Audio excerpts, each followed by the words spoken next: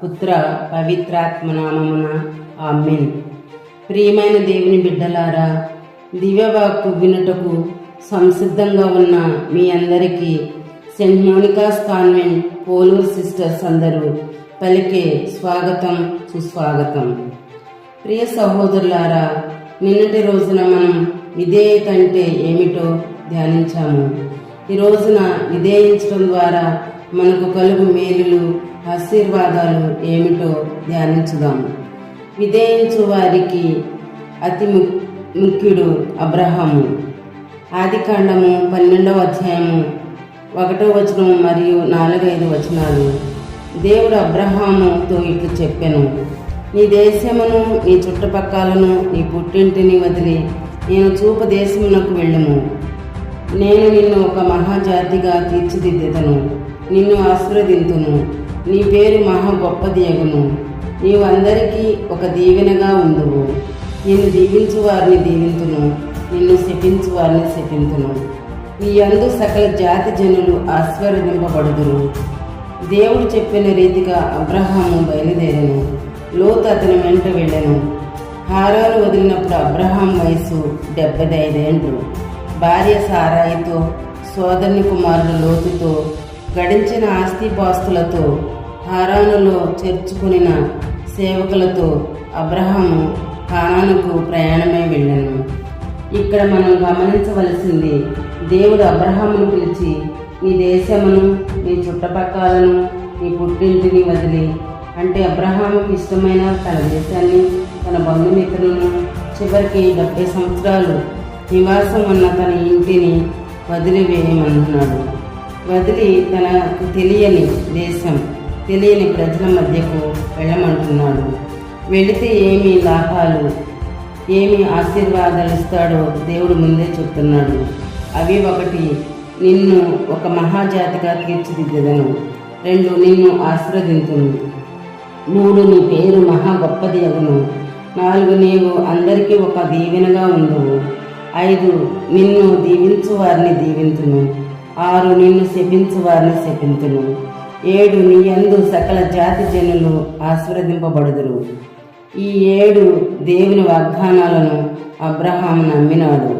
నమ్మిన అబ్రహాముని దేవుడు మరలా పరీక్షించెను.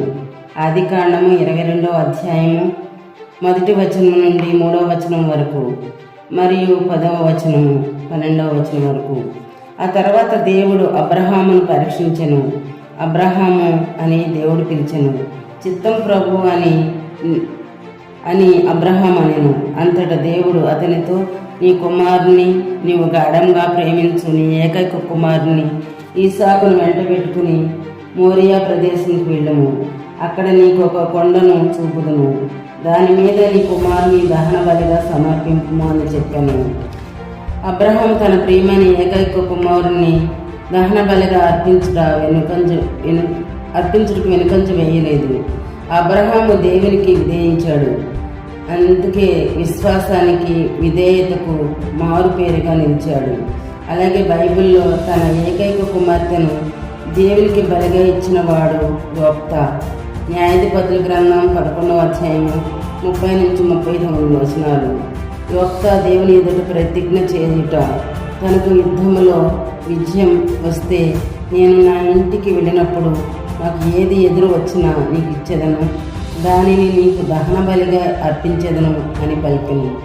తన ఏకైక పుత్రిక యోక్తా చాలా బాధపడినను దేవునికి ఇచ్చిన ప్రతిజ్ఞ ప్రకారం ఆమెను బలిగా ఇచ్చాను. ఇక నూతన నిబంధనలో యోహాను 3వ అధ్యాయము 16వ వచనం. దేవుడు లోకమును ఎంతో ప్రేమించి తన ఏకైక కుమారుని ప్రసాదించును. అలాగే లూకా శుభవార్త 2వ అధ్యాయం 7. మరియమ్మ తన తొలిచూలు కుమారుని కానీ పొత్తిగుడ్లలో చుట్టి పశువుల తొట్టిలో పరుండబెట్టాను. ఆ తల్లి మన కొరకు తన ఏకైక కుమారుని శిలువపై మరణించుటకు తన ఇష్టాన్ని దేవుని చిత్తంగా మార్చుకున్నది. ఇందుకే స్త్రీలందరిలో ఆశీర్వదింపబడినదని కొనియాడబడినది. ఇక యెహోషువ గ్రంథం మొత్తం చదివిన యెహోషువ యావే దేవునికి విధేయించాడు. ఎక్కడ అవిధేయత చూపలేదు. అందుకే అన్ని యుద్ధాలలో అతనికి యావే విజయాన్ని ఇస్తాడు. అంతేకాక అంతగా విధేయించిన యెహోషువకు దేవుడు బద్ధుడైనాడు. యెహోషువ ఇట్లనెను, సూర్యుడా నీవు గిబ్యోను పట్టణంపై నిలువుము, చంద్రుడా నీవు అయ్యలోను లోయ మీద ఆగుము.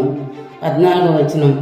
దేవుడు నరుని ఆజ్ఞకు బద్ధుడైన ఆ దినము వంటి దినము మరి ఒకటి లేదు, ఇక ఉండబోదు. దేవునికి విధేయించుట ఎంత గొప్ప ఘనతో, ఎంత గొప్ప భాగ్యమో మనకు అర్థమైనది. పునీతులందరూ దేవునికి విధేయించిన వారే. దేవుడు మనలను తన స్థానంలో ఉన్న మన పెద్దలకు విధేయించినట్లు దీవించునుగాక. ఆమేన్.